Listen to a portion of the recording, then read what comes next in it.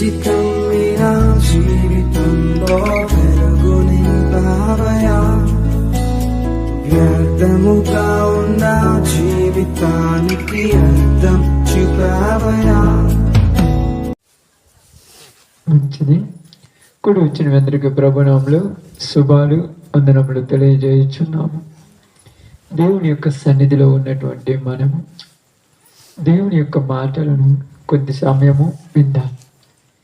ఎందుకంటే జాగ్రత్తగా మీరు గమనించి కొంచెం జాగ్రత్తగా దేవుని యొక్క మాటలను వినుచున్నప్పుడు మన యొక్క మనోనేత్రములు వెలిగింపబడులాగున, మన జీవితాలలో ఆయన ఆశ్చర్యకార్యములు జరిగించులాగున, ఆయన యొక్క కృపతో ఆయన యొక్క కాపుదలతో మన బ్రతుకులను మేలులతో తృప్తిపరిచే దేవుడై ఉన్నాడు. కాబట్టి ఎక్కడ కూడా మనం బలహీనులుగా ఉండకూడదని, ఆయన చెప్పినది నెరవేర్చేంత వరకు ఆయన నెరవేర్చగల సమర్థుడని మనము నమ్మాలి. నమ్ముట నీ వలనైతే నమ్మువానికి సమస్తము సాధ్యం. కావున దేవునిలోనికి అనగా పాపమును విడిచి పరలోక రాజ్య ప్రయాణములో కొనసాగుతున్నటువంటి జీవితాలలో మనము ఇప్పుడు ఉన్నాం. అయితే లోకాన్ని విడిచిపెట్టడం అనేది అంత ఈజీ కాదు, అంటే అంత సులభం కాదు. ఎందుకు సులభం కాదంటే లోకమును మనము విడిచిపెట్టినా లోకమైతే మనమని విడిచిపెట్టదు. బాగా అర్థం చేసుకోవాలి. మనము కొన్నిటిని విడిచిపెట్టాలనుకుంటున్నాం, అవి మనం విడిచిపెట్టం. మనము వాటిలో నుంచి దూరముగా పారిపోవాలనుకుంటున్నాం, అవి మన వెంబడి పరుగులు తీస్తూ ఉన్నాయి. ఎలాగో ఏ విధముగో ఈరోజు ఒక సందర్భంని మీకు తెలియచేసి ప్రార్థన చేసుకొని కొడుకుని ముగించుకుందాం. ఎక్కువ సమయం కూడా కాకుండా ఒక మంచి సందర్భాన్ని మీకు తెలియచేస్తాను. జాగ్రత్తగా మీరు గమనించాలి. ఎందుకంటే ఇప్పుడు మీ అందరికీ తెలపబడిన విధంగా కూడా లోకమును మనము విడిచిపెట్టాలనే ఆశ, అందరికి కూడా ఒక లోకాన్ని విడిచిపెట్టాలని ఆశ కదమ్మా. అంటే లోకంలో ఉన్నటువంటి పాపానికి దూరముగా నడవాలని, ఎల్లప్పుడూ దేవుని సన్నిధిలో ఉండాలని, మన ఆత్మలను పరలోకములో ఉన్నటువంటి దేవునికి అప్పగించాలని, ఈ లోక కోరికలు ఈ లోక ఆశలు మనలో నుంచి మనం చంపుకొని పరలోక రాజ్యం కొరకు ప్రయాసతో బ్రతకాలనే ఆలోచనతోనే జీవిస్తున్న జీవితాలు మనవి. కానీ ఈ లోకానికి వేరై జీవించమని అపోస్తులైన పౌలు గారు పేతురు గారు మాట్లాడినప్పుడు అక్కడ ఒక మాట ఏముందంటే, మీరు మూర్ఖులకు ఈ తరమ వారికి వేరై రక్షణ పొందుడి అని మాట్లాడుతూ ఉన్నారు. నిజంగా మాట్లాడిన ప్రతి మాట క్రైస్తవుల జీవితాలలో బాగానే ఉంటుంది. కానీ యేసు ప్రభువుని నమ్ముకోవటం అనేది సాధారణంగా అర్థం చేసుకుంటున్నారు మనుషులు. యథావిధిగా ప్రార్థనకు వచ్చేసి ఇంటికి వెళ్ళేసి మరలా మన బుద్ధి పుట్టినప్పుడు పోయి కూర్చొని వద్దాములే అనుకునేది ప్రార్థన అనుకుంటున్నారు. అందుకని ఈరోజు జనాలలో నిర్లక్ష్యం వచ్చేసింది. అందుకని ఈరోజు ప్రజలలో దేవుని కొరకు ఏమి వెళదాములే, ఎక్కడికి వెళితేములే, ఆయన ఎక్కడైనా ఉండేవాడు కదా, ఆయన దగ్గరికి వెళితేనే బాగుపడతామా, ఎక్కడైనా బాగుపడవచ్చు అనేటువంటి తెలియనటువంటి ఒక నిరుత్సాహం మనసులోనికి వచ్చేసింది. ఇది వచ్చిన తర్వాత వాళ్ళు దానిలో నుంచి అంత బయటికి రావాలనుకున్న వాళ్ళు అలా కావటం, వాళ్ళు దానిని విడిచిపెట్టాలనుకున్న వారు విడిచిపెట్టిన అదైతే వాళ్ళను విడిచిపెట్టడం లేదు. ఎందుకంటే బైబిల్ గ్రంథంలో నుంచి మనందరం కూడా ఒక విషయాన్ని జాగ్రత్తగా చదువుకుందాం. బైబిల్ గ్రంథంలో నుంచి నిర్గమకాండము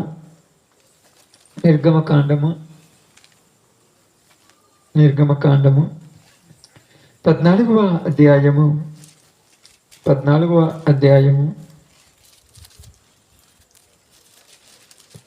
31వ వచనాన్ని జాగ్రత్తగా చదువుకుందాం. యెహోవా ఐగుప్తీయులకు చేసిన గొప్ప కార్యమును ఇశ్రాయేలీయులు చూచిరి గనుక ఆ ప్రజలు యెహోవాకు భయపడి యెహోవా యందును ఆయన సేవకుడైన మోషే యందును నమ్మకము ఉంచిరి. దేవుడి వాక్య భాగం మన మధ్యలో ఆశీర్వదించును గాక.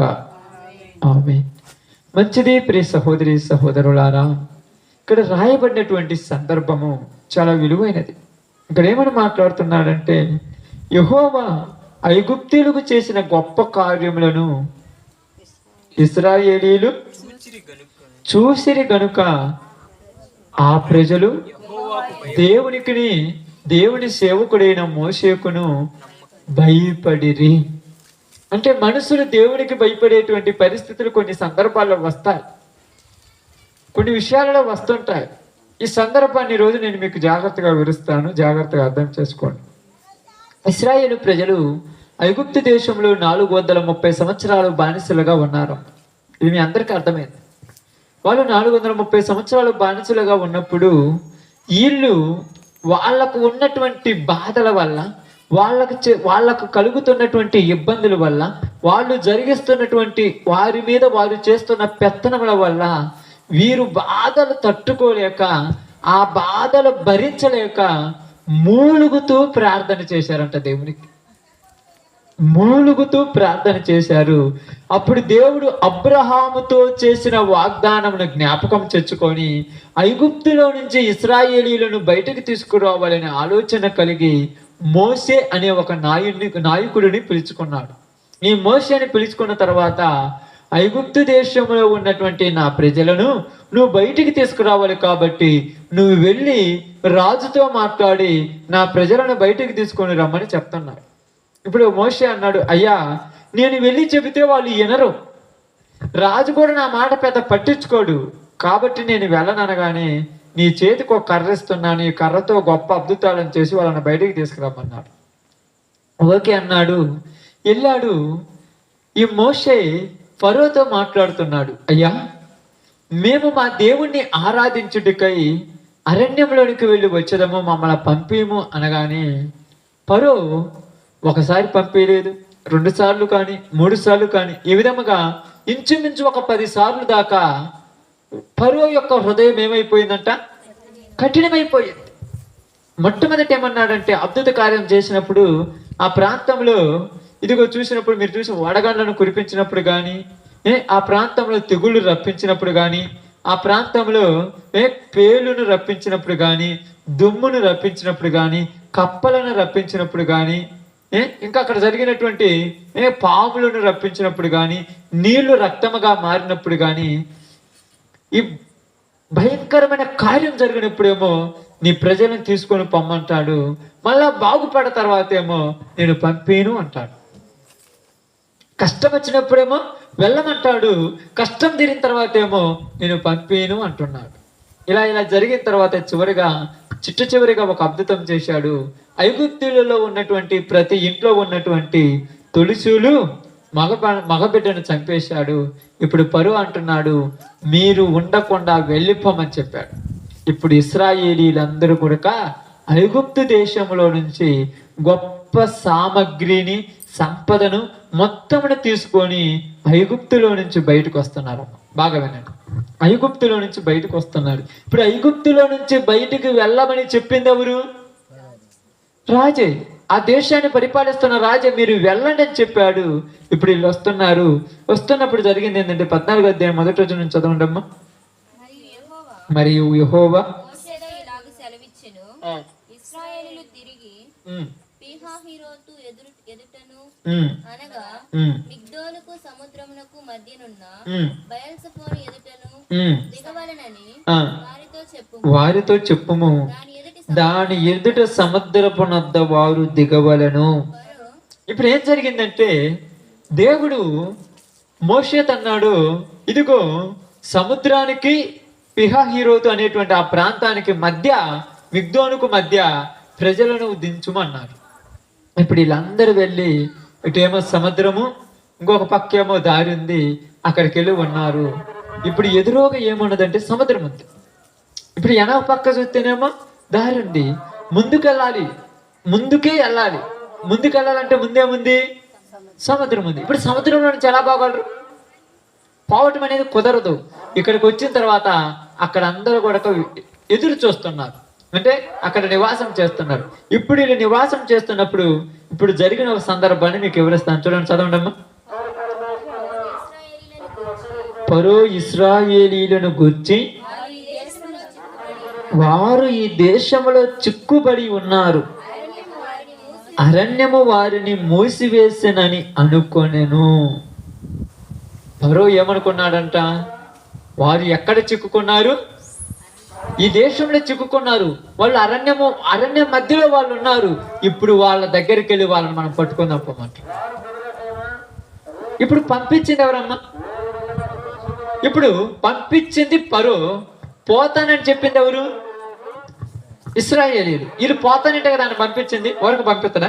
ఇప్పుడు మీరు 2 మాటలు గుర్తుపెట్టుకోండి. మొట్టమొదట ఇశ్రాయేలీయులే ఫరోని అడుగుతున్నారు, మేము మా దేవుణ్ణి ఆరాధించటానికి వెళతామని అడిగారు కదా. అడిగిన వీళ్ళు మోషే ఫరోతో చెప్పినప్పుడు ఫరో కూడా ఆ బాధ తట్టుకోలేక, వాళ్ళ వల్ల కలుగుతున్న ఈ నష్టాన్ని తట్టుకోలేక మీరు వెళ్ళి మీ దేవుణ్ణి ఆరాధించమన్నారు. కొంత దూరం వెళ్ళిన తర్వాత అక్కడ ఒక అరణ్యంలో వాళ్ళు చిక్కుకొనేను అని రాయబడింది. ఎక్కడ చిక్కుకున్నారంట? అరణ్యములో చిక్కుకొనును, అరణ్యము వారిని మూసివేసును అనుకొనును. అయితే నేను ఫరో హృదయమును కఠినపరచుదును, అతడు వారిని తరుమగా నేను ఫరో వలనను అతని సమస్త సేనల వలనను మహిమ తెచ్చుకొందును. ఇప్పుడు వీళ్ళను అరణ్యంలోనికి పంపించింది ఎవరు? అమ్మా జాగ్రత్తగానండి, ఇక్కడేనండి. ఇప్పుడు వీళ్ళను అరణ్యములోనికి పంపించింది ఎవరు? దేవుడే పంపించాడు. ఇప్పుడు దేవుడే అరణ్యంలోనికి పంపించిన తర్వాత వీళ్ళ చుట్టూ ఏమన్నది? ముందు పక్కేమో సముద్రం అన్నది, ఎనవ పక్కేమో అరణ్యం అన్నది. ఇక ఎటు వెళ్ళటానికి లేదు. వెళితే వెనక్కి వెళ్ళాలి, లేదా సముద్రాన్ని దాటి వెళ్ళిపోవాలి. కాబట్టి ఇప్పుడు ఏమనుకున్నాడు? మోషే వీళ్ళని అక్కడ దించాడని వీళ్ళకి ఎప్పుడైతే ఫరోకు తెలియబడిందో, ఇప్పుడు ఫరో ఏమనుకుంటున్నాడు మనసులో? వీళ్ళు అరణ్యంలో ఇరుక్కుపోయారు, ఇప్పుడు వెళ్ళి వీళ్ళని మళ్ళా తీసుకొచ్చుకోవాలి. ఇరికిచ్చింది దేవుడే. ఎందుకు ఇరికిచ్చాడంటే నీ శత్రువు నీ మీదకి రావాలి అని ఇరికిచ్చాడు, ఇరకాటాన్ని పెట్టాడు. మోషేతో చెప్పాడు, ఎక్కడ దించమని చెప్పాడు? అక్కడ మీరు చదివారు చూడండి. తిరిగి పిహాహీరోతు ఎదుటకు అనగా మిగ్దోలుకును సముద్రమునకును మధ్యనున్న బయల్సపోను ఎదుటను దిగవలను. మిగ్దోనుకు సముద్రమునకును మధ్యనున్న బయల్సపోను ఎదుట దిగవలను. అక్కడ దిగమని చెప్పింది దేవుడే, అక్కడనే ఉండమని చెప్పింది దేవుడే. ఇప్పుడు వెంటనే ఫరోకు వర్తమానం పంపించింది దేవుడే. ఫరో ఏమనుకుంటున్నాడు తన మనసులో? అరణ్యములో వీళ్ళు చిక్కుకుపోయారు, ఇప్పుడు మనం వెళ్ళి వాళ్ళని తీసుకొచ్చుకుందాం మనం. అప్పుడు చూడండి, అక్కడ కింది మాట చదువుకుంటారన్నమ్మా. అయితే నేనే ఫరో హృదయమును కఠినపరిచెదను, అతడు వారిని తరుమగా నేను ఫరో వలనను అతని సమస్త సైన్యం వలనను మహిమ తెచ్చుకొందును. నేను యెహోవానని ఐగుప్తులందరూ తెలుసుకొందురనను వారు అలాగు దిగిరి. చూడండి, ప్రజలు పారిపోయినట్టు ఐగుప్తులు రాజునకు తెలపబడినప్పుడు ఫరో హృదయమును అతని సేవకుల హృదయమును ప్రజలకు విరోధముగా త్రెప్పబడి మనం ఎందుకు ఇలాగూ చేసితిమి? పంపించింది ఎవరు? ఆ ఊర్లో నుంచి పొమ్మని ఫరో పంపించాడు. పంపించిన వాళ్ళకి తెలియదా ఎందుకు పంపించారు? తెలుసు. వాళ్ళు వెళ్ళిపోయిన తర్వాత ఇప్పుడు వీళ్ళు ఏమనుకుంటున్నారు? అసలు ఎందుకు మనం పంపించాం వాళ్ళను? పంపేయకుండా ఉంటే బాగుండు కదా. ఇప్పుడు మనకు కావాలి, మనకు సేవ చేసే వాళ్ళు కావాలి, మన దగ్గర పని చేసే వాళ్ళు కావాలి, మనకు బానిసల మనుషులు కావాలి. కాబట్టి మనం పంపించి పొరపాటు చేశాం. ఇప్పుడు అదిగో అరణ్యములు దిగినారంట, ముందు వెళ్ళటానికి వాళ్ళకి దారి లేదంట, మనం ఇప్పుడు వెళ్ళి వాళ్ళని పట్టుకుందామంటున్నాడు. మళ్ళీ ఇలా మనుషులు ప్రేరేపణ కలిగింది, మళ్ళీ వీళ్ళలో కనిపించింది. అంటే వీళ్ళు వెళ్ళిపోవాలనుకున్నా వీళ్ళు మాత్రం వాళ్ళని వెళ్ళనివ్వటం లేదు. మీరు లోకంలో నుంచి, లోకం అనేటువంటి పాప బంధకాల్లో నుంచి, లోక ఆశల్లో నుంచి మీరు బయటికి రావాలనుకున్నా మిమ్మల్ని మాత్రం లోకం విడిచిపెట్టదు. మీరు అనుకుంటారేమో, అసలు నాకు వద్దనుకుంటుంటే మళ్ళా నాకు ఆలోచన వస్తుంది ఏంది, అసలు దాని జోలి పోకూడదు అనుకుంటే అదే తలంపులు వస్తాయింది, అసలు లోకాన్ని నేను విడిచిపెడదామనుకుంటే అదే నా మనసులోకి వస్తుంది ఏంది అనుకుంటారు. అప్పుడప్పుడు మీరు విడిచిపెట్టిన మిమ్మల్ని మాత్రం అది విడిచిపెట్టదు, అది పాపము. ఇప్పుడు ఏమనుకున్నారు చూడండి, ఇప్పుడు అదే చూడండి ఏమన్నాడు, పరు ముందు మాట చదవండి. ప్రజలు పారిపోయినట్టు ఐగుప్తు రాజునకు తెలపబడినప్పుడు అంటే అంతకుముందు తెలియదా? ఇప్పుడు తెలుసా తెలియదా? మరి తెలిసినోడు మళ్ళా ఇది కొత్తగా తెలపబడింది అనుకుంటున్నాడు అంటే నువ్వు దేవుళ్ళలో నుంచి లోకంలో నుంచి దేవుళ్ళలోనికి వచ్చావు, నీ లోకానికి తెలియదా? మీరు బాప్తిసం తీసుకున్నారని తెలియదా? తెలిసినా ఎందుకు మళ్ళా మీ ఎమ్మిటే పడుతుంది లోకం? నాకు అర్థం కాల. మీ ఎమ్మిటే పడుద్ది, మీకే చెప్పుద్ది, మిమ్మల్ని అంటాడుద్ది, మీకే కోరికలు, మీకే ఆశలు మీ అమ్మటే వస్తుంటాయి. మీరు వద్దని చి పొమ్మన్నా కూడా మీ అమ్మటే పడుతుంటాయి. చీ అని చెప్పినా కూడా ఎందుకు వదిలిపెట్టలేదు అనుకుంటున్నారు? ఆలోచించారు. ఇక్కడ ఫరోకు తెలపబడినప్పుడు ఫరోను ఫరో హృదయమును అతని సేవకుల హృదయమును ప్రజలకు విరోధముగా తిప్పబడి మనము ఎందుకు ఇలాగ చేశాము? మన సేవలో నుండకుండా ఇశ్రాయేలీయులను ఎందుకు పోనిచ్చితిమి అని ఇప్పుడు వీళ్ళు మాట్లాడుకుని అసలు ఎందుకు పోనిచ్చాము, అసలు ఎందుకు కథలు ఇచ్చాము వాళ్ళను, ఇప్పుడైతే మనకు కుదరదని తర్వాత చూడు చాలా చక్కగా రాసు. అంతటా అతడు తన రథమును సిద్ధపరచుకొని తన జనమును తన కొడుకోన తీసుకొని పోయెను. మరియు అతడు శ్రేష్టమైన 600 రథములను ఐగుప్తు రథములన్నిటినీ వాటిలో ప్రతి దాని మీద అధిపతులను తోడుకొని పోయెను. యెహోవా ఐగుప్తు రాజైన ఫరో హృదయమును కఠినపరచగా అతడు ఇశ్రాయేలీయులను తరిమెను. అట్లు ఇశ్రాయేలీయులు బలిమి చేత ఇప్పుడు పొమ్మని చెప్పిన వాళ్ళే మళ్ళీ వెనకబడి తరుముకొని వస్తున్నాడమ్మ. ఇప్పుడు తరుముకొని వస్తున్నప్పుడు బాగానండి, తరుముకొని వస్తున్న వీళ్ళకు ముందుకు పరుగులు తీస్తున్నారు, పరుగులు తీసుకొని వెళ్ళిపోతున్నారు. పరుగులు తీసుకొని వెళ్ళిపోతున్న వీళ్ళు ఒక్కసారి చూడగానే ఎదురుగా ఏం కనపడింది? ఇప్పుడు ఏమనుకొస్తా చెప్పండి? ఇప్పుడు ఏమనిపిస్తా మీకు? ఇప్పుడు ఏమనిపిస్తా చెప్పండి? అటు పోతే సముద్రంలో చస్తాం, ఇటు పోతే చంపుతారు అనుకుంటామా? అంతకుమించి ఏమన్నా అనుకుంటామా? ఏమన్నా అనుకుంటారమ్మా? ఆలోచన చెప్పండి, ఆలోచించిన తప్పేం లేదు. ఇంకా ఏమన్నా వేరేది ఏమన్నా అనుకోవటానికి ఉందా? ఏందమ్మా? ఆడుండినా బాగుండునేమో. అందుకని ఏమంటున్నారు చూడండి, చదివిన మాట చూడండి, అక్కడ చదవండి కింద. ఇప్పుడు చూడండి,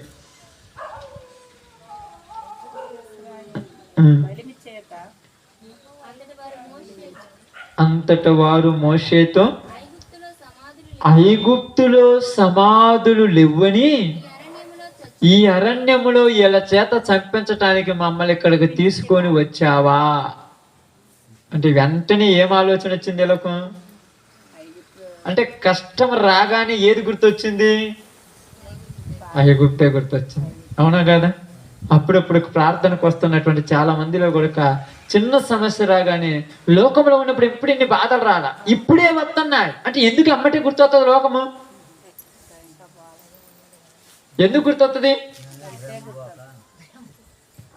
బాగా ఆలోచించండి. ఎందుకని? బైబిల్ బాగా చదువుకోవాలి, మీరు బాగా బైబిల్ దేవుని అర్థం చేసుకోవాలి. దేవుని అర్థం చేసుకోవాలంటే మన మనసు మనకు సరిపోదు, దేవుని యొక్క మనసు మనకు కావాలి. ఎందుకు పోలేదు? ఒకటే చెప్తాను చూడండి, నేను ఇక్కడున్న కూర్చున్న మీరు అందరూ కూడా లోకాన్ని విడిచిపెట్టారు కానీ అది మిమ్మల్ని విడిచిపెట్టలేదని గుర్తుపెట్టుకోండి. ఎప్పుడు కూడా మీరు విడిచిపెట్టారు. అప్పుడప్పుడు మీరు అనుకుంటారు, చి ఈ గొడవల వల్లే కదా, ఈ ఆలోచనల వల్లే కదా, ఈ అలవాటు వల్లే కదా మన ఇద్దరికి తగాదులు వచ్చేది. రేపు దాని నుంచి దాని జోలి నేను పోనంటావు, కానీ నువ్వు పోనన్నా కూడా నిన్ను మాత్రం వదలలేదు. అడిగి పోతున్నా దా, నేను ఎప్పుడు ఇంట్లో ఏం చేస్తాం? ఏం లేదురా ఊర కూర్చున్నట్టే. అప్పుడే భయపడవు నీ భార్యకు? అప్పుడే భయపడవా? ఏంది మాట్లాడింది అంటే నిన్ను రెచ్చగొట్టి మరలా వాటి దగ్గరికి తీసుకెళ్ళాలి. ఇప్పుడు వీళ్ళు ఏమంటున్నారు? ఐగుప్తులో సమాధులు లేవా? ఐగుప్తులో సమాధులు లేవా? ఉన్నాయి. మరి ఇక్కడికి ఎందుకు తీసుకొచ్చావు అంటే ఇప్పుడు వీళ్ళ మనసులో ఏమి కలిగింది? వీళ్ళ మనసులో ఏం కలిగింది చెప్పండి మీరు. ఇప్పుడు వీళ్ళ మనసులో ఏమొచ్చింది?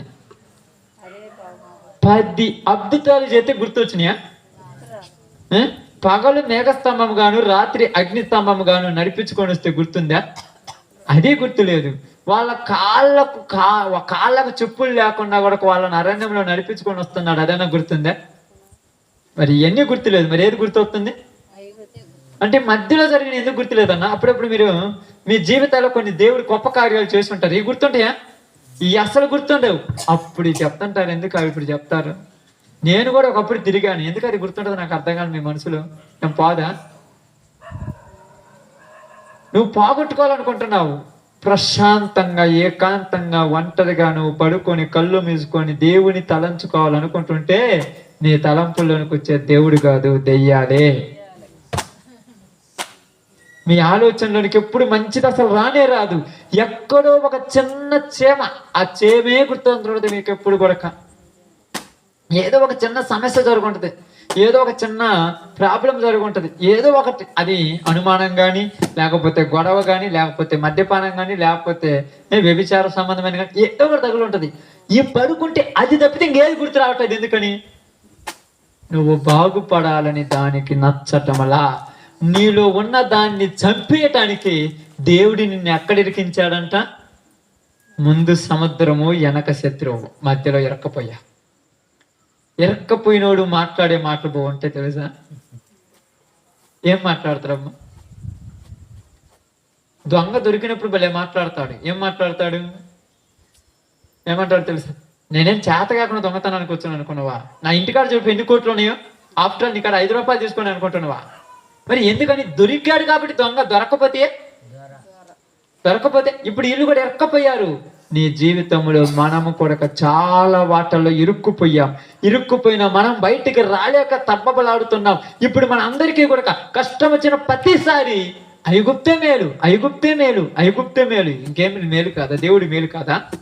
దేవుడి మీద కొంచెమైన ఆలోచన లేదా? దేవుడి గురించి కొంచెమైన అవగాహన లేదా? దేవుడు మమ్మల్ని బయటికి తీసుకొస్తానని చెప్పాడే. నా దేవుడు నమ్మదగిన వాడు, గొప్పవాడు. ఆయన నన్ను పాపంలో నుంచి బయటికి తీసుకొచ్చి పరలోకానికి తీసుకెళ్తానని చెప్పాడే. ఈ లోకం మీద నాకు ఆశ ఉండకూడదని ఎప్పుడైనా ఆశ లేకుండా బతికారమ్మా? ఉదయం లేచింది మొదలుకొని సాయంకాలం వరకు డబ్బు ఆలోచన, ధనం సంపాదించాలి, అది చేయాలి, ఇది చేయాలి. ఈ తల నిండా, ఈ మైండ్ నిండా ఆ దరిద్రపు లోకమే ఉంది. కానీ దేవుని పరలోకము గురించి కొద్దిగైనా ఆశలు ఉన్నాయా మన జీవితాల్లో? కానానికి వెళ్ళిదే, కానాలలో పాలు తేనెలు ప్రవహించే దేశము, అక్కడ మా దేవుడు మమ్మల్ని ఎల్లప్పుడూ కూడా సుఖ సంతోషాలతో ఉంచుతాడనే ఆలోచనలకు ఉందా? అక్కడ కీరా దోసకాలు ఉన్నాయి, అక్కడ మంచి రుచి కలిగిన పదార్థాలు ఉన్నాయి, అదే మేలు అన్నాడు. కానీ అక్కడ పోతే సుఖ సంతోషాలతో ఉంచుతాననేది గుర్తు లేకుండా పోయింది ఈ రోజు ప్రజలకు. పరలోకం శాశ్వతమైన లోకం, అక్కడ ఎప్పుడు కూడా సంతోషము, ఆనందము, ఆకలి దప్పులు ఉండదు, నిత్య ఆనందం అనేది ఉంటుందని ఈ రోజు మనకి ఎవరికైనా గుర్తుందన్నా? అది గుర్తుంటే ఈ తలకాయ నొప్పులలో ఎందుకు కూరుకుంటావు? అది గుర్తుంటే ఈ సమస్యలలో ఎందుకు కూరుకుంటావు? అప్పుడు నువ్వు అనొచ్చు, మరి సమస్యలు ఎందుకు వచ్చాయి? ఇరికిచ్చింది ఊరు, ఇలా నిరికిచ్చింది ఊరమ్మా. మరి దేవుడు ఇరికిచ్చి మళ్ళీ దేవుడే మన వెనుకరు శత్రువును పంపేయడం కరెక్టేనా అసలు? చెప్పండి.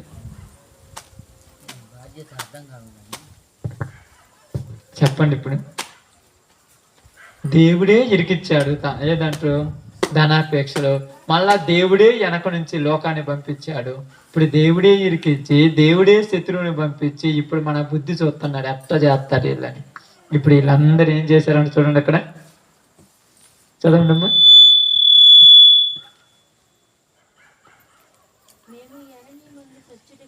మేము ఈ అరణ్యమందు చచ్చుట కంటే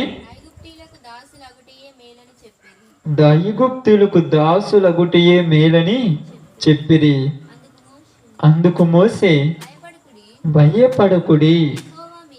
ఆగండమ్మా, మేము ఈ అరణ్యములో చచ్చుట కంటే ఐగుప్తులకి ఏమవుతామంటున్నారు? దాసులు. అంటే మళ్ళా బానిసత్వ బతుకు కోరుకుంటున్నారంటే వీళ్ళని ఏమనాలమ్మా? స్వతంత్రులుగా మిమ్మల్ని చేస్తామంటే స్వతంత్రులుగా మేము ఉండము, మళ్ళా వాటికి బానిసలం అవుతామంటే ఎలా ఉంటుంది చెప్పండి? అది ఎవరితో చెప్తున్నారు ఈ మాట? కూడా మోషేతో చెప్తున్నాడు. ఎందుకు మోషేతో చెప్తున్నారంటే బయటికి తీసుకొచ్చినవాడు కదా మోషే కదా బరువు అంతా మోషే. అది మాకెందుకన్నా? నువ్వు అప్పుడప్పుడు చెప్తున్నాడు కొంతమంది, ఏమంది అన్న మీరు ఎంత ప్రార్థన పెట్టి ఈ ఊరు మారదు, ఈ ప్రజలు మారరు అంటే మీకు అంత నమ్మకం మారని. మీకే అంత నమ్మకం ఉన్నప్పుడు ఇంకా దేవుడు ఏం చేయాడా? ఎందుకు ఇలా చెప్తున్నారంటే మీకున్న సమస్యల్లో లోకం మీద రుద్దొద్దు. దేవుడు తెలుసుకుంటే ఏం చేయగలడు? ఉన్నది లేనట్టుగాను లేనిది ఉన్నట్టుగాను నిరూపించగలిగిన గొప్ప దేవుడు. నీకు నమ్మకం లేదు. ఎందుకు లేదంటే నీ సమస్యలు అందరు కొంటే అనుకుంటట. వీళ్ళు ఐగుప్తిలో నుంచి బయటకు వచ్చిన తర్వాత వీళ్ళు ఏమన్నారు? మళ్ళా నువ్వే లోకానికి దాసుడు అవ్వాలనుకుంటుంటే లోకంలో ఉన్న వాళ్ళు బయటికి వస్తారని నీకు తెలుస్తుందే. నేనే మరలా పాత జీవితానికి పోవాలనుకుంటున్నాను. ఎవరినైనా పాత జీవితంలో ఉన్న వాళ్ళని కొత్తగా మారమంటే నేనేమంటాను? అన్న మీరు తట్టుకోలేరులే ప్రార్థనలకు వస్తే, మీరు ఉండలేరులే ప్రార్థనలలో, మీ వల్ల కాదులే అంటే ఎందుకు చెప్తారన్న? మీ వల్ల కాదు, ఈ కటిక పత్త మీరు ఉండలేరు ఎందుకు చెప్తారు చెప్పండి? వచ్చిన వాళ్ళు ఎందుకు చెబుతారమ్మా? నేనే ఉండలేకపోతాను నువ్వేమంటావు అంటే నువ్వు పెద్ద కోపేమవా? నేను పెద్ద గొప్ప నేనే అప్పుడప్పుడు ఆదివారం ఎంత కష్టపడి ప్రార్థనకు రావాలనుకున్నా సమస్యలు అవుతాను.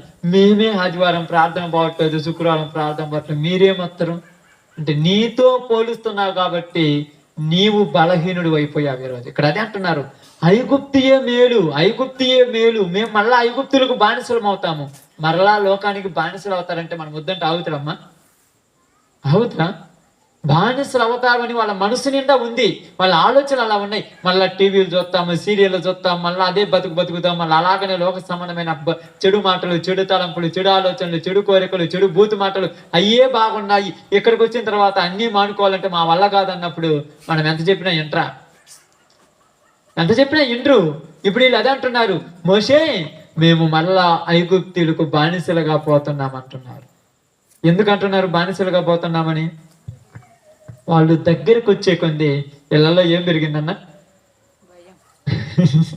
వాళ్ళు దగ్గరకు వచ్చే కొంది ఇళ్లలో భయం పెరిగింది. అంటే మన జీవితాలలో కూడా నీ కుటుంబంలో కానీ నీకు కానీ ఇబ్బందులు వచ్చే కొద్దీ నీకు కూడా ఏం పెరిగిపోతుంటది? ఏం ప్రార్థన, ఒకరోజు బాగపోతే దేవుడు ఏమన్నా కొడతాడా అంటే కొడతాడా అని అనుకున్నావంటే నువ్వు కూడా లోకంలో వాళ్ళలాగా ఇంటి దగ్గరుండి లోక సంబంధమైన పనులలో కాంప్రమైజ్ అయిపోవడానికి రెడీ అయిపోయినా. ఇప్పుడు నేను ఎవరన్నా మారుతా ఉన్నా, ఎవరన్నా వచ్చి ఏందన్నా ప్రార్థనకు రాకూడదంటే వద్దామనుకున్నాను అన్నని నాతైతే చెప్తారు. కానీ ఒకవేళ ఇలాంటి వాళ్ళు వచ్చారు అనుకోండి, అప్పుడేమంటే ఈ పని నువ్వు చేస్తావా? నువ్వు వచ్చాడు నేను పోతాడికి అంటే అర్థమైంది, నీవు దానిలో పూర్తిగా ఎరక్కపోయి నువ్వు బయటికి రావటం నీ వల్ల కానే కాదు. అందుకని ఇక్కడ ఐగుప్తులు కూడా ఏమన్నారంటే, అయ్యా మేము ఈ బానిసలుగా ఉండటమే మాకు బాగుంది అంటున్నారంటే వాళ్ళని ఏమన్నారు అసలు చెప్పండి? బాగుపడనరా, మంచిగా ఉన్నారా, స్వతంత్రులుగా ఉన్నామంటే మేము బానిసలుగా ఉంటమే మాకు నచ్చుతుందంటే ఎట్లా ఉంటుందా? బానిసత్వం బతుకు బాగుంటుందా? స్వాతంత్రం బతుకు బాగుంటుందా? మరి బానిసలుగా ఉండాలని ఎందుకు అంటున్నారు? అందుకని చూడండి, అక్కడ చదవండి, మళ్ళీ తర్వాత చదవమ్మా. అందుకు మోషే, భయపడకుడి, యెహోవా మీకు నేడు కలుగజేయు రక్షణ మీరు ఓరకవు నిలువబడి చూడుడి. మీరు నేడు చూచిన ఐగుప్తులు ఇక మీదట మీకు ఎన్నడూను కనబడరు. వాళ్ళని మీరు ఎన్నడూ కూడా చూడరు. ఏమంటున్నారంటే ఓరకనే ఉండి చూడండి. మీరు చేయాల్సింది ఏం లేదు, భయపడొద్దని చెప్తున్నాడు. మన దేవుడు మనకు చెప్పిన ఒక మాట ఏంటంటే, మా క్రైస్తవులందరికీ చెప్తున్నాను, భూమి మీద ఉన్న ప్రతి మనుషునికి చెప్తున్నాను, దేవుడు తన బిడ్డలకు చెప్పే మాట ఏంటంటే దేనికి కూడా భయపడొద్దని చెప్తాడు. ఇప్పుడు మనం భయపడతామా లేదా చెప్పా? నిజంగా చెప్పండి, భయపడతాం లేదా? ఆ భయం మనం ఏం చేసిద్ది? ఇంకా భయం ఏం చేస్తుంది? మీకు బైబిల్ గుర్తుండాలమ్మా. బైబిల్ గుర్తుంటే కొంచెం అవగాహన, అంటే నేను పూర్తిగా అంటే మీకు పూర్తిగా గుర్తుండాలంటే కష్టమే, కొన్ని గుర్తుండాలి. ముఖ్యమైన భయం వలన ఊరు వస్తుంది. ఓకే, మంచిది. ఇంకా భయం ఎప్పుడైతే వస్తుందో అప్పుడు ఏం చేస్తాడు తెలుసా? బాగా గమనించి ఆలోచించండి. ఎప్పుడైతే భయపడతాడో యుద్ధం చెయ్యడు, యుద్ధం ఆపేస్తాడు. అర్థమైందమ్మా? ఎదురుగేమో గొల్లియాత్ ఉన్నాడు, ఇటుపక్కేమో ఇశ్రాయేలు, వీళ్ళందరూ ఉన్నారు. ఇప్పుడు గొల్లియాతను చూసి వీళ్ళందరూ ఏమయ్యారు? ఒక్కడన్నా యుద్ధం చేసిందా? అంటే ఎందుకు చేయలేదు యుద్ధం అంటే భయపడ్డారు. అలాగనే మీరు ఎందుకు లోకంలో పోరాడలేకపోతున్నారంటే భయపడుతున్నారు అంతే. ఈరోజు నిజంగా మేము సువార్త కొరకు ఈ ఊరని కాదు చాలా ఊరు వెళ్తున్నాము, వెళ్ళిన చోటి ఊరు రాలేదులే ఏం బాధంలని మేము లోకానికి భయపడి పాలేదనుకోండి, కార్యం జరుగుతాయా?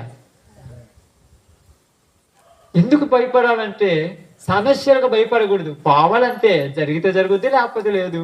ఊరకొచ్చారు 4 పాటలు పాడి 2 మాటలు ప్రార్థన చేసి వెళ్ళిపోయినా ఇది ప్రాంతానికి ఆశీర్వాదమే. అదే ఇక్కడ వాళ్ళు భయపడ్డారు. ఇప్పుడు వెంటనే మోసే వచ్చి, రేయ్ ఎందుకు భయపడుతున్నారు, ఏం జరిగింది అసలు, మీకు ఏమన్నా అడుగుచాము, మీ మీద పడ్డరా, మిమ్మల్ని ఏమైనా కుట్టిర్రా, మిమ్మల్ని తీసుకెళ్ళి ఏమన్నా జైల్లో పెట్టారా, ఎందుకు భయపడుతున్నారు?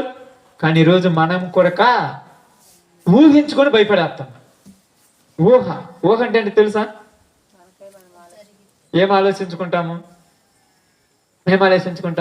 ఈ సంవత్సరం ఒక 20 లక్షలు అప్పు ఉంది, వచ్చే సంవత్సరం 20 లక్షలు పంట వేస్తాము, 10 లక్షలు అప్పు అవుద్ది, మొత్తం 30 లక్షలు అవుద్ది, ఇది తీర్చలేక నేను చచ్చిపోతాను, అప్పుడు దాకుంటాం కంటే ఇప్పుడే చచ్చిపోవడం మంచిదిలే అని ఈ బాధలోకి వెళ్ళేసి మళ్ళా మందు తాగటము, మళ్ళా అక్కడ తిరగటము, ఇక్కడ తిరగటము. ఎందుకు తాగుతున్నావు అంటే అప్పు బాధ ఎక్కువ అయిపోయి. అంటే నువ్వు మందు తాగితే అప్పు ఎక్కువ అవుతుంది కానీ బాధ అప్పు తీరుద్దా? ఇప్పుడు ఏం ఆలోచిస్తున్నారు మనుషులు లోకానికి అంటే దేవుళ్ళు నిలబడకపోవడానికి కారణాలు ఏంటంటే భయపడుతున్నారు కొన్ని పరిస్థితులకు, కొన్నిటికి చూసి భయపడుతున్నారు. ఎందుకు భయపడుతున్నావు నాకు అర్థం కాదు. మీరు ఏం జరుగుద్దమ్మా? నడిపించిన వాడు ఎవరు? మీరు ఇక్కడికి వచ్చేటప్పుడు ప్రారంభంలో మిమ్మల్ని పిలిచింది దేవుడు. ఆ పిలిచిన దేవుడు ఈరోజు మీతో ఉన్నాడా లేడా? ఉన్నాడని మీరు నమ్మాలంటే ఏం చేయాలి? భయముని విడవాలి. ఎట్ట కుదురుద్దంటే, ఈరోజు ఉదాహరణకు ఎగ్జాంపుల్ చెప్తున్నాను, ఇక్కడ వాక్యం చెప్పేటప్పుడు మీరు వినేటప్పుడు మీ మైండ్ ఒకలాగా ఉంటుంది, ఈ ప్రహరీ గోడ దాటిపోయి ఇంటికి పోయిన తర్వాత మైండ్ ఒకలాగా మారిపోద్ది. నిజంగా చెప్తున్నాను కదా. ఇక్కడ అనుకుంటాం దేవుళ్ళు నిలబడతాను, దేవుడే చూసుకుంటాడని. ఆ గడప దాటడం ఆలస్యం, దేవుడు చూసుకుంటాడంటాం. రేపు పొద్దున ఒక 500 కట్టాలి, ఏమైనా దేవుడు తెచ్చేస్తాడా? ఆ సమస్య తెచ్చిపెట్టేది కూడా నువ్వు నిలబడగలవా లేదా అని. ఎలా కుదురుద్దంటే నిజంగా నిలబడగలవా లేదని దేవుడు తెచ్చి పెడతాడు అంతే. సమస్యలు తెస్తాడు, సమస్యలలో నుంచి బయటికి పోవటానికి మార్గం కూడా చూపెడతాడు. అదే చెప్తున్నాడు, భయపడకండి. నిజంగా నేను చెప్తున్నాను మీ అందరికి, ఏది వచ్చినా భయపడద్దు. మీరు ఎంతటిది వచ్చినా భయపడద్దు. ఎందుకు భయపడద్దు అంటే నీవు నమ్మిన దేవుడు అసమర్థుడు కాదు, నీవు నమ్మిన దేవుడు చేతగాని వాడు కాదు, నువ్వు నమ్మిన దేవుడు గొప్పవాడు. నువ్వెందుకు భయపడాలి? నువ్వెందుకు భయపడాలి? భయపడవలసిన పనే లేదు. భయపడి ఏం చేశాడు పేతురు? భయపడి ఏం చేశాడు పేతురు అన్న? గుర్తుంది ఎవరికన్నా? ఇంకా భయపడి ఏం చేశాడు? ఇంకెవరికైనా గుర్తుందా? మునిగిపోయాడు. దేనిలో? ఈ రోజు కూడా మనం భయపడితే దేనిలో మునిగిపోతాం? అంతే. భయపడిన వాళ్ళం లోకంలో మునిగిపోతాం, నిలబడలేం. అందుకే భయపడకండి. నేను ఇప్పుడు దేవుడికి ప్రార్థన చేస్తాను, మీరు ఏమి చెయ్యొద్దు, ఊరకనే నిలబడి చూడండి, ఆయనే గొప్ప కార్యం చేస్తాడంటున్నాడు. వెనకేం ఎంతమంది? 600 రథముల సైన్యం వస్తుంది, ఇంకా కాల్బలం ఎక్కువ మంది వస్తుంది. కుప్పల సైన్యం వెనక కత్తులు తీసుకొని రథముల మీద యుద్ధాలు చేయటానికి వాళ్ళకున్నటువంటి ఆయుధాలు తీసుకొని వస్తుంది. వీళ్ళ దగ్గర మాత్రం ఏమీ లేదు. కానీ మోషే ఏమంటున్నాడు? మీరు ఊరక నిలబడి చూడండి అన్నాడు. కత్తి తీసుకొని వచ్చినోడిని ఒట్టి చేతలుతున్నాడు పట్టకాలదా. మరి దేవుడు ఇక్కడ మోషే ఎందుకు మీరు ఏమి చేయొద్దు ఊరకొనమన్నాడు? ఏంది? నేను చేసే కార్యం ఈరోజు మీరు చూడాలన్నాడు. వెంటనే వాళ్ళకు ముందు నడుస్తున్నటువంటి దేవదూత వాళ్ళ వెనుకొచ్చిందంట. ఇశ్రాయేలీలు వెనుకొచ్చిందంట. ఇశ్రాయేలీలకు వెనుకొచ్చినటువంటి దేవదూత వాళ్ళకు వీళ్ళకు మధ్య చీకటి కలిగించిందంట. ఇప్పుడు వీళ్ళకి ముందు పోయి వీళ్ళు కనపడట్లేదు. వీళ్ళు చీకటి పడిందని దారి కానరాక అక్కడే రెస్ట్ తీసుకుంటున్నారు. ఇప్పుడు మోషేతో చెప్పాడు, మోషే నీవు కర్ర సముద్రం మీదకి ఎత్తుము, సముద్రం 2 పాయలైపోతుంది అన్నాడు. వెంటనే కర్ర సముద్రం మీద ఎత్తగా సముద్రం 2 పాయలైపోయింది. ఇటువల్ల ఈ గోడ ఎట్టుందో, ఇటువల్ల ఈ గోడ ఉంది కదా, ఈ గోడ ఎట్టుందో ఈ గోడ కూడా పైకి లేపితే ఎట్టుంటుందో అట్టుంది. మధ్యలో ఇలాగా ఎడారిలో ఇశ్రాయేలీలందరూ ఉదయం దాకా నడిచిపోయారంట. వెనక మాత్రము ఐగుప్తు సైన్యం ఉంది. ఇప్పుడు ఆ సైన్యానికి వీళ్ళకి మధ్య ఎవరున్నారు? దేవదూత. ఎవరున్నారు చూడండి, ఆ మాట చదవండి ఒక మాసారి. ఆ సందర్భం చూడండి ఎక్కడది.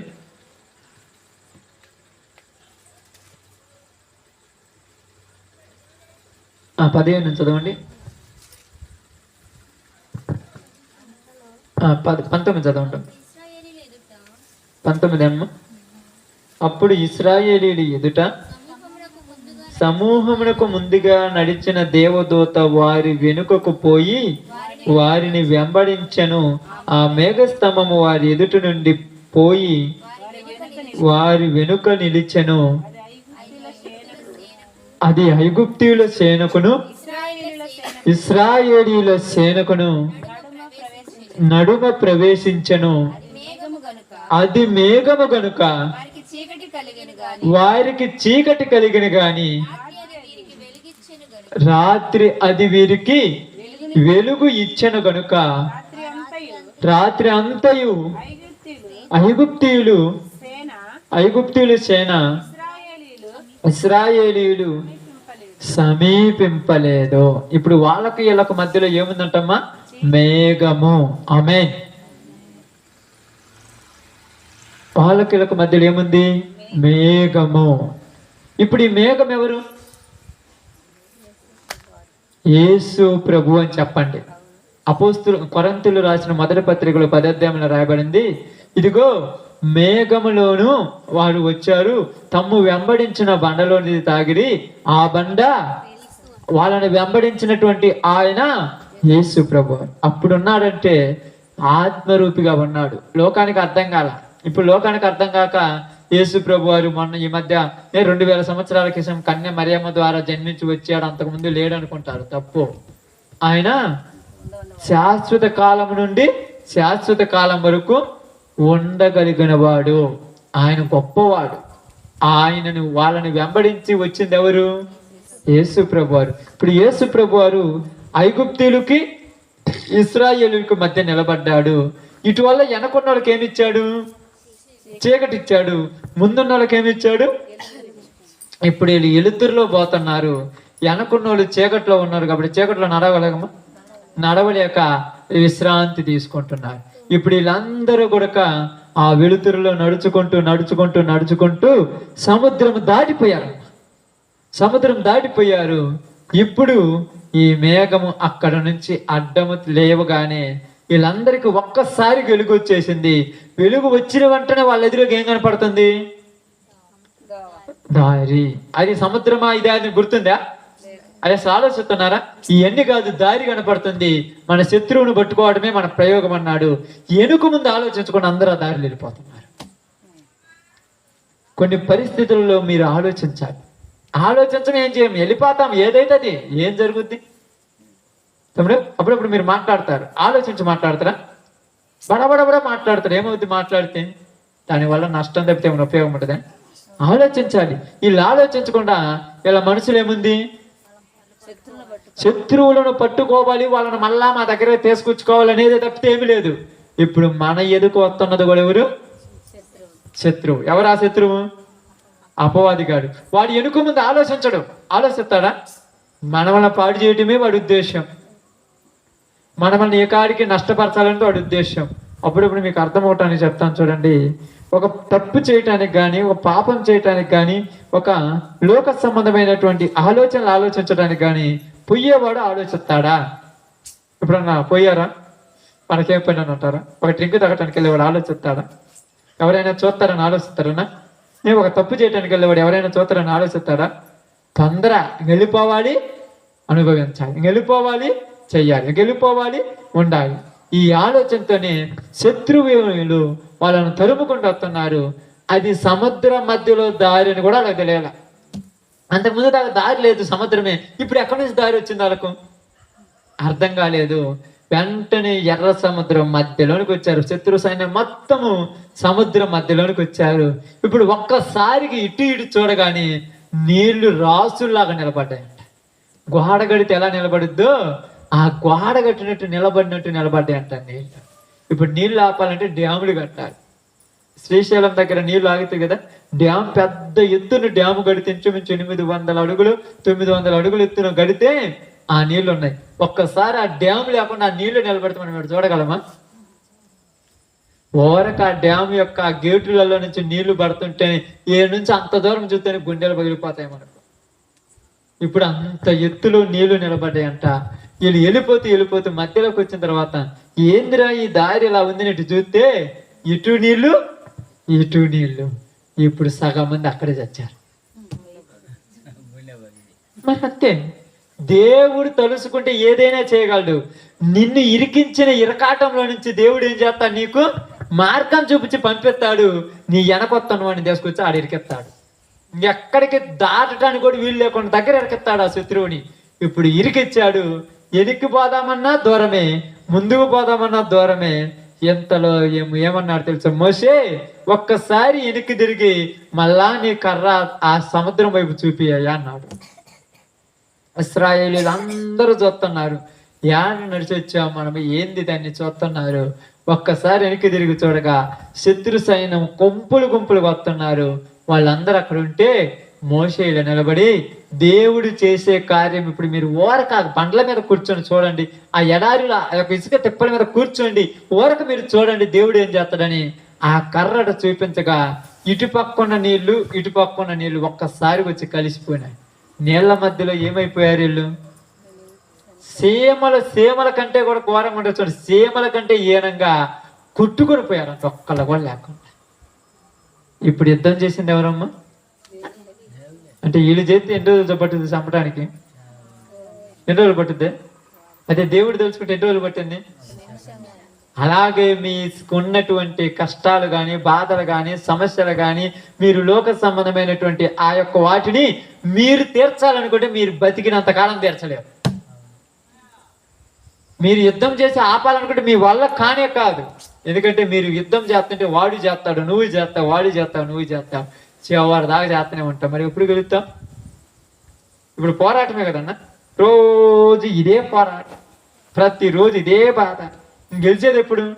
అందుకని నీవు ఈ యొక్క యుద్ధములో నుంచి బయటకు వచ్చేటప్పుడు ఏం చేయాలంటే నీ దేవునికి అప్పగించు, నీ సమస్యలు నీ దేవునికి అప్పగించు. ఆయన తీసుకొచ్చి ఎక్కడ పెడతాడంటే సముద్రం మధ్యలో శత్రువులను పెట్టినట్టుగా ఎక్కడ ఇరికించాలో అక్కడ ఇరికించిపోతాడంట ఆయన. మీరు అనుకుంటారు ఎలా జరుగుద్ది? ఒక్కసారి జరుగుద్ది. అసలు ఒక్కసారిగా అంతమంది చచ్చిపోతారు నువ్వు ఊహిస్తారా?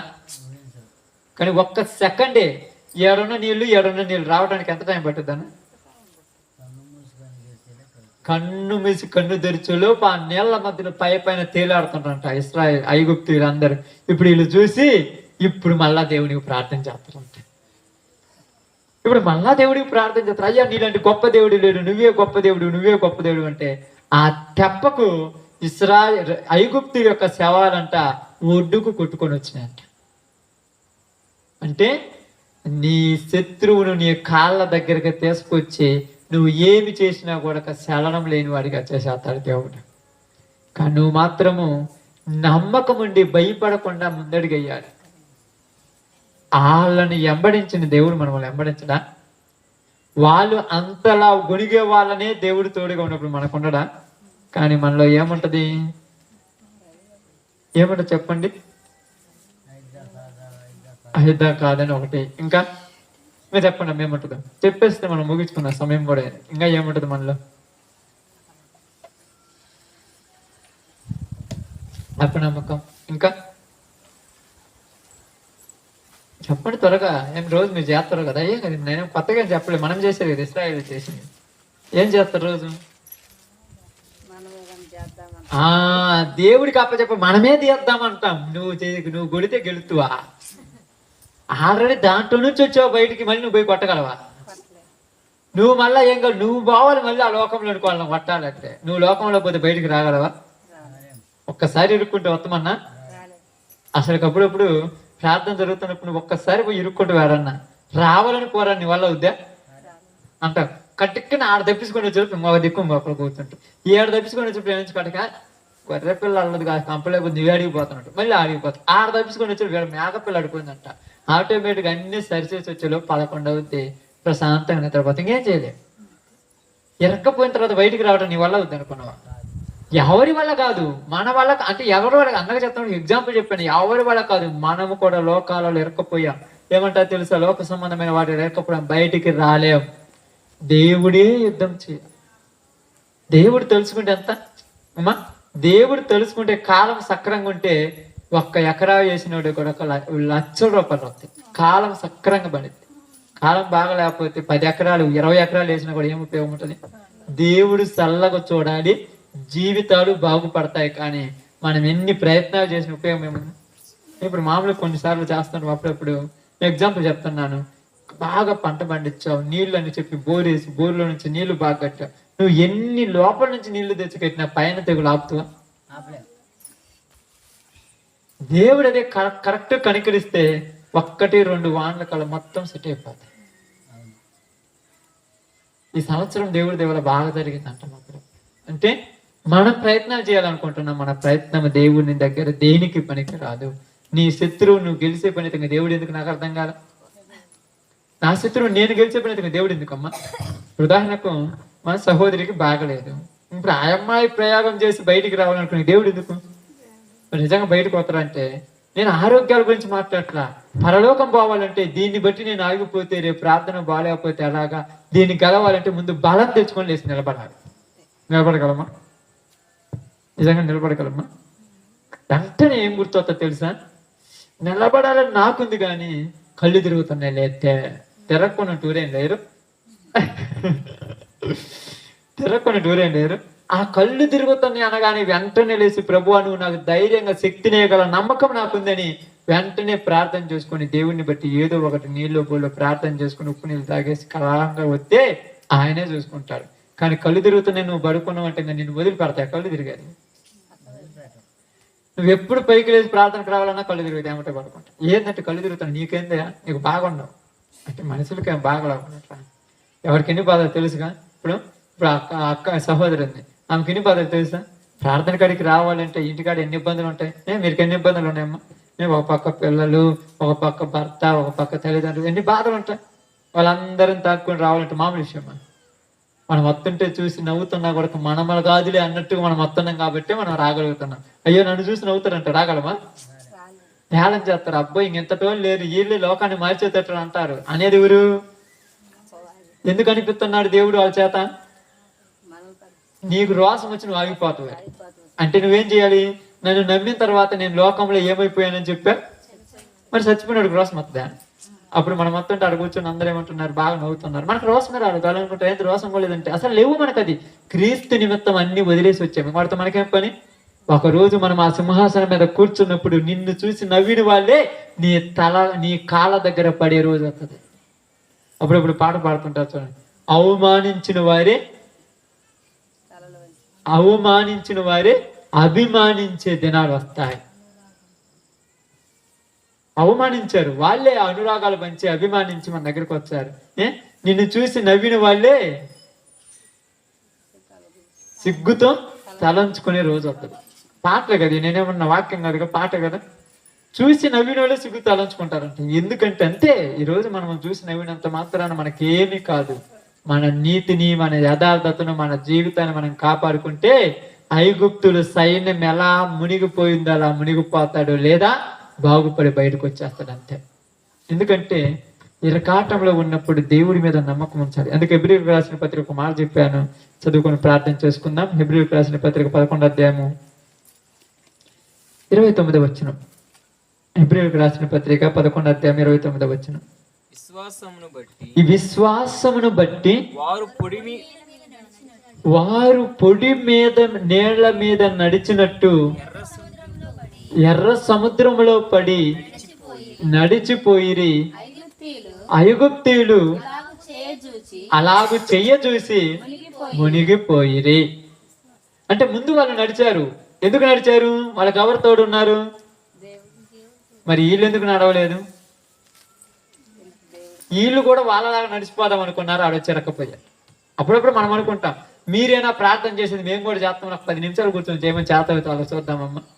ఇప్పుడు మీ దగ్గర ముచ్చటంటే ముసలమ్మ ముచ్చట్లో పెట్టుకుని కూర్చుంటారు కదా, మీ దగ్గర కొంతమంది ఉంటారు కదా, వాళ్ళు అంటారు ప్రార్థనకు మేము కూడా బైబిల్ తీసుకొని రావటం ఉంది, ఏముంది ఆడ చేసేది, వరకు కూర్చొని సంపాదించుకుంటుంది, వరకు కూర్చొని ప్రార్థన చేస్తే ఏముంది ఆడ అంటారు చాలా మంది. ఒక్క రోజు రమ్మని చాలు, నేను చెప్తున్నాను ఈరోజు ఒక్క రోజు ఒక గంట కూర్చొని బొమ్మని చాలు. 10 నిమిషాలు కూర్చున్నా నల్లతుమ్మలు తెలుసా మీకు? నల్లతుమ్మ చెట్టు, ఆ నల్లతుమ్మ చెట్టు మీద కూర్చున్నట్టు ఉండదు అక్కడ కూర్చుంటే. ఎప్పుడు లేచిపోవాలా అని ఉంటుంది, ఇంకా ఏముండదు. ఎందుకంటే అపవాది వాళ్ళని అలా లాగేస్తుంటది. అందుకని నేను మీకు చెప్తున్నాను, విశ్వాసమును బట్టి ఎర్ర సముద్రంలో కూడా 6 నేల మీద నడిచిపోయారు. మనకు విశ్వాసం ఉంటే ఎర్ర సముద్రం లాంటి ఆ సమస్యలు కానీ, ఎర్ర సముద్రం లాంటి జబ్బులు కానీ, ఎర్ర సముద్రం లాంటి రోగాలు కానీ, ఎర్ర సముద్రం లాంటి అప్పులు కానీ, ఎర్ర సముద్రం లాంటి సమస్యలున్నా నువ్వు మాత్రం ఎక్కడ నడిచిపోతావు? నేల మీద నడిచిపోయినట్టుంటావు, నీకేం కావు. మరి ఎలా అంటే దేవుడు తగిన సమయం వచ్చినప్పుడు వాడికి తీసేస్తాను. నీకు కూడా తెలియదు, నిజంగా మీకు కూడా తెలియదు. ఎందుకంటే మన జీవితంలో మన సంఘంలో జరిగింది మీకు తెలుసు కదా. పోయిన గురువారం సాయంకాలము యాపిల్ పేరు పగిలిపోయింది. మనందరం ఉండగా మరుసటి రోజుకి అసలు వేరే వాళ్ళ దగ్గర తెచ్చుకున్నాము అప్పు. మామూలుగా మన దగ్గరకు వచ్చిన దగ్గర అప్పు తీసుకొచ్చుకున్నాము, పూట కానీ తెచ్చుకున్నాము, వాడుకున్నాము. తర్వాత రోజు ప్రార్థన కావాలి. అధ్యాసం పోయి బాగు చేయించుకు రావాలన్నా కూడా 2 రోజులు పట్టుద్ది. కనీసము తీసుకురావాలన్నా కూడా రూపాయి. నా దగ్గర అయితే ₹10 కూడా లేదు. నిజంగా చెప్తున్నాను, ఒక దేవుని సేవకుడిగా 3,500 5,500 ఆటో కిస్తీ కానీ ఉన్నాయి, ఇంకా రూపాయి కూడా నా దగ్గర లేవు. దాంతో యాంప్లి పేరు కాదు, కనీసం మౌత్ కూడా రాదు. మరి ఎలా చేయాలి, ఏం చేయాలి? ఆ రోజు సహోదరి వాళ్ళ కుటుంబం దగ్గర, సిస్టర్ గారి కుటుంబం దగ్గర కుటుంబ ప్రార్థన, ఆ ప్రార్థన జరిగించాము. ఓకే, ఏదైతే అది అయిపోయింది. ప్రార్థన జరిగిన తర్వాత వేరే చోటకు గోల్డ్ ఉంది, గోల్డ్ పెట్టమని వేరే అక్కని పంపించాను. అక్కడికి పోతే ఆయన అన్నట్టు, ఈరోజు శుక్రవారం మేము ఏమన్నట్టు డబ్బులు ఇవ్వం, ఈ రోజు కుదరదు, రేపు రమ్మన్నారు. ఓకే, రేపైతే శనివారానికి ఏం కావాలి? ప్రార్థన జరగాలి. అబ్బాయిని ముందే పంపించాను. నువ్వు అడిగిపోయిన డబ్బులు పంపిస్తాను. అడిగిపోయిన డబ్బులు ఆడున్నాయి, పంపించేటప్పుడు ఏ కొన్ని పోయినాక పంపిస్తానని చెప్పాను. ఓకే, పోయాడు. పోయిన తర్వాత ఖచ్చితంగా 2ంటికి దిగాడు అబ్బాయి విజయవాడలో. 2 గంటలకు దిగాడు. 2 గంటలకు కూడా నా దగ్గర రూపాయి కూడా. 2 గంటల తర్వాత ఓకే, ఏదేమైతే అదైంది. అబ్బాయి అక్కడికి వెళ్ళాడు, ఆ షాప్ దగ్గరికి వెళ్ళాడు. మిక్సర్ చూపిస్తే బాగలేని మిక్సర్ కూడా బాగుంది, అసలు ఏం చేయాలి అన్న, బాగానే వస్తుంది అన్నాడు. వెంటనే వేరే మనిషి ఫోన్ చేసి ఏమన్నాడంటే, మా దగ్గర ఒక 20,000 ఉన్నాయి, ఇప్పుడు నా దగ్గర ఉంటే అయిపోతాయి, నీ దగ్గర నుంచి ఒక నెల తర్వాత ఇద్దు అన్న. నీ దగ్గర అయిపోయేదేంది, ఎందుకంటే నీ దగ్గర నెల తర్వాత నేను అడుగుతాను, అప్పుడు ఇయ్యి అన్నాడు. ఓకే అని చెప్పాను. ఆ 20,000 నా దగ్గర ఉన్నటువంటి ఒక 6,000 ఇంకొకరి దగ్గర ఒక 5,000 తీసి మొత్తం 30,000 పంపిస్తే యాంప్లి పేరు వచ్చింది.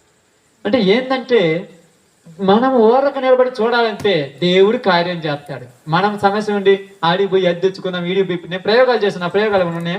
అమ్మాయి పాపం దగ్గర ఉంటే కమ్మలు తీసుకెళ్ళి బండి ఆడికి పంపించాను, వాడు కూడా ఎకనామీ పెట్టాడు. ఈ రోజు ఏమని ప్రయోగం, మన ప్రయోగాలు చేయాలా? ఆయనే నోరు తెలిసి ఎప్పుడు ఏది పంపించాలో ఆయనే తెలుసు. కానీ ఎందుకు చెప్తానంటే నిజంగా మన చింతకుంట్ల సంఘంలో ఒక 5గురు కానీ 10 మంది కానీ 50 మంది కానీ మీరు ఉన్న బలమైన విశ్వాసమే ఇక్కడ ఏది కొరత లేకుండా చేస్తుంది. వీళ్ళందరూ ఏమనుకుంటారు, పాపం నువ్వు చేస్తున్నట్టు నా కాడ ఏమైనా చేయటానికి, నేనేమి చేయలేను. వీళ్ళందరూ ప్రార్థన చేస్తున్నారు, ఏ కొరత జరగదు. అక్కడ ప్రార్థనలు జరుగుతుంటాయి, ఉపవాస ప్రార్థనలు జరుగుతుంటాయి, సువార్త జరుగుతుంది, అన్ని జరుగుతున్నాయి. ఈరోజు ఏది వస్తువు కనీసం ఎటన్నా ఆపరేట్ చేయడం కూడా 24 శాతం కదా, మొత్తం వస్తువులు దేవుడే తెప్పించాడు. ఎందుకంటే నమ్ముట నీ వలనైతే నమ్ముటానికి సమస్తము సాధ్యమే. విశ్వాసమును బట్టి వాళ్ళు సముద్రంలో కూడా ఎలా నడిచిపోయారు? 6 నేల మీద నడిచినట్టు నడిచిపోయారు. కాబట్టి మనకు ఒకటి విశ్వాసం ఉండాలి. ప్రార్థన జరిగేయాలి. ఆ రోజు నేను ప్రార్థన, అమ్మ ఈరోజు ప్రార్థన పెట్టడం కుదరదు, నాకు వేరే పని నేను పోయి నేనేమన్నా ప్రయోగాలు చేతి వస్తాయా?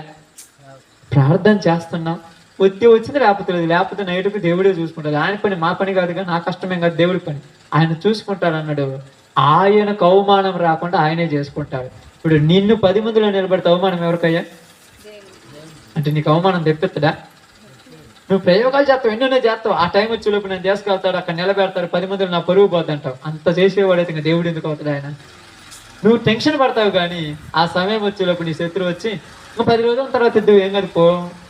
నేను ఇలా మాట్లాడుతున్నాడంటే దేవుడే మార్చేసాడు వాళ్ళ మనసు. ఇప్పుడు కాకపోతే 4 రోజుల తర్వాత కంప్లైంట్ ముడిపోయినా నీ సమస్యలు కూడా బాగలేమంటే నాకు తెలిసిందిలే, ఓకే నీ దగ్గర అడిగిపోద్ది. ఏంటి ఇలా మాట్లాడుతున్నాడు, ఇదివరకు రేపటిలోపు రాకపోతే నిన్ను ఈ జైలుకు పట్టేస్తానట్టు అన్నాడు. మళ్ళా మారిపోయాడంటే యుద్ధము చేసేవాడు యెహోవా. ఆయన చేయగలడు. ఎప్పుడు ఎవరికి ఏం చేయాలో ఆయన తెలుసు. ఇప్పుడు ఓరకనే నిలబడి మనం అందరం చూసాం, ఓరక నిలబడాం, సాయంత్రం కాలం వచ్చేసింది రావాల్సిన వస్తువు. మనం ఓరక నిలబడి చేయాలి. ఐగుప్తులను ముంచేసింది సముద్రము. కాబట్టి ఈరోజు మీ అందరికీ నేను తెలియచేసేది ఏంటంటే ఒక్కటే ఒక విషయము, లోకం మన ఎమ్మటి వస్తుంది. ఎప్పుడు దాకా వస్తుంది అంటే మనము దానిలో నుంచి బయటికి పోయేంత వరకు వస్తూనే ఉంటుంది. కానీ మనం బయటికి పోవాలంటే మన వల్ల కాదు. దేవుడి మీద భారం వేసి వెళ్ళిపోవాలి అంతే. రేపు పొద్దున్న నీకు ఒక 50,000 ఒక 500 రూపాయలు అప్పు ఉంది, ఈరోజు పనికి పోతే రేపు 500 ఇస్తాను అనగానే ఎమ్మటే ప్రార్థన నుంచి పోవాలని మనకు అనిపిస్తుంది.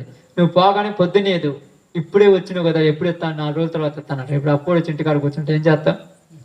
ఇప్పుడు ప్రార్థన పోతే ఇస్తాడంటే ఆ వచ్చేవాడిని రాకుండా చేస్తాడు దేవుడు అంతే.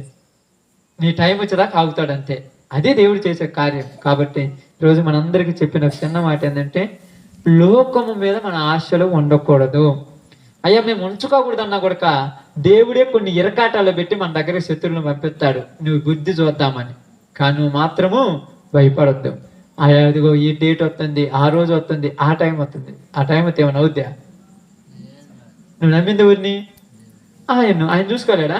ఆ మాత్రం చూసుకోకపోతే మనం ఎందుకు నమ్మటం నాకు అర్థం కాల. పరలోకాన్న ఇస్తానన్న దేవుడికి ఆఫ్టర్ ఆల్ చిన్న చిన్న తీసేయడం ఒక లెక్క. అప్పుడప్పుడు చెప్తారు క్యాన్సర్ జబ్బుకే భయపడలేదు, తలకానికి భయపడతారా? క్యాన్సర్కే తలకానికి భయపడతామా? ఎర్ర సముద్రమే దాటిన వాళ్ళకి ఆఫ్టర్ ఆల్ ఎంత?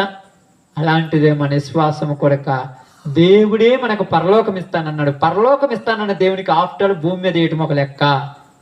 ఖచ్చితంగా ఇస్తాడు. కానీ మనలోనే తపన చెందుతుంటాం, మనమే టెన్షన్ పడుతుంటాం, మనమే చేయాలనుకుంటాం, అపలాచన పడుతుంటాం, చేస్తాం. చివరికి వచ్చిన తర్వాత ఏమవుద్ది? ఇట్లా చేసి వచ్చినాయి ఇట్లా పోతుంటాయి. అడిగి పోతే మీకు తెలుసు, చేస్తున్నారు పోతున్నాయి. ఇటు వస్తుంటాయి ఇటు పోతుంటాయి. దానికి దారి బాగా తెలుసు. మీరు ఆగమన్నా ఆగవు, వెళ్ళిపోతూనే ఉంటాయి. కటెక్కని తుమ్ముతాడు, దగ్గుతాడు, జ్వరం అన్నాడు, 200 పోతాయి, 400 పోతాయి, చెప్పలేదు.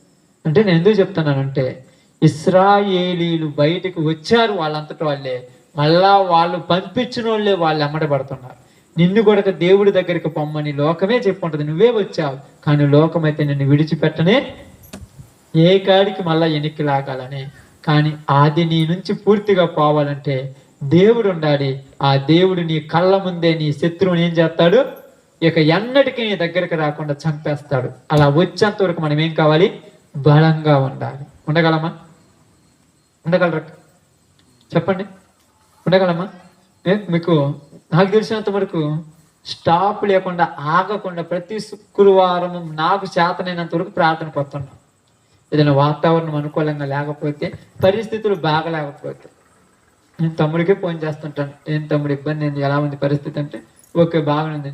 వాతావరణం అనుకూలంగా లేకపోతే వచ్చి చేయలేము, కానీ మిగతా టైం చేస్తుంది. మేమైతే రాగలం. కానీ ఇదివరకు ఫస్ట్లో అన్నారు, చాలా మంది అన్నారు అది ఇక్కడ మాకు వాక్యం లేదు, వాక్యం లేక మేము బాధపడుతున్నాం, వాక్యం చెప్పే వాళ్ళు ఒక్కళ్ళున్నా బాగున్నారు. ఇప్పుడు చెప్పే వాళ్ళు ఉన్నా కూడా రావట్లేదంటే ఇప్పుడు ఊరిని అబద్ధం అనాలి.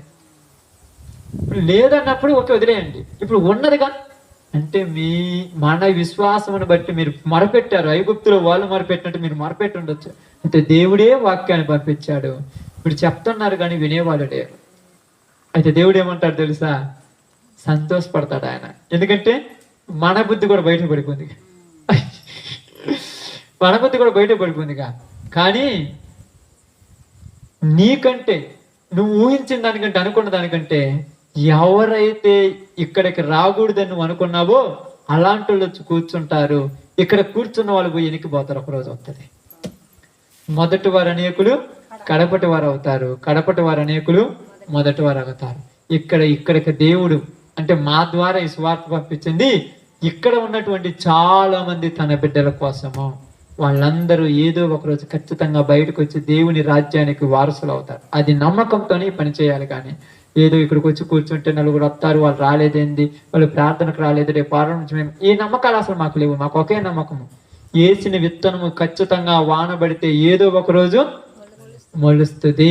అది మొలవకపోతే ఇది వాన కాదు, ఇది భూమి కాదు. కానీ మనం వేసే విత్తనం కూడా మంచి విత్తనమే, ఏదో ఒక రోజు మొలుతుంది. ఇక్కడ ఒకప్పుడు ముందు కూర్చున్నటువంటి ఇలాంటి ఉన్నోళ్ళు అక్కడెక్కడ ఉంటారు? అసలు వీళ్ళు కూడా ప్రార్థన గురించి మాట్లాడటానికి అర్హత లేని వాళ్ళు వచ్చి నిలబడే రోజు వస్తుంది. అది దేవుడు చేస్తాడు. ఆ సమయం, ఆ రోజు వరకు మనం ఎదురు చూడాలి. కాబట్టి దేవుడే ఈ సమయంలో మనందరికి చెప్తున్నాడు, లోకం మిమ్మల్ని వెంబడిస్తుంది, దానికి భయపడి మీరు వెనుక మిల్లి పోవద్దు. దానిని జయించాలంటే మీ పని బాట అంటే మీ యొక్క సమస్యలన్నీ దేవునికి అప్పగించండి. ఎర్ర సముద్రంలో శత్రువులను ముంచేసినట్టుగానే మన సమస్యలన్నీ కూడా దేవుడు తీసేస్తాడు, మనకి అప్పటికి విజయం చేకూరుస్తాడు. అలాంటి కృప దేవుడు అనుగ్రహించును గాక. ఆమేన్. అందరం గుడుక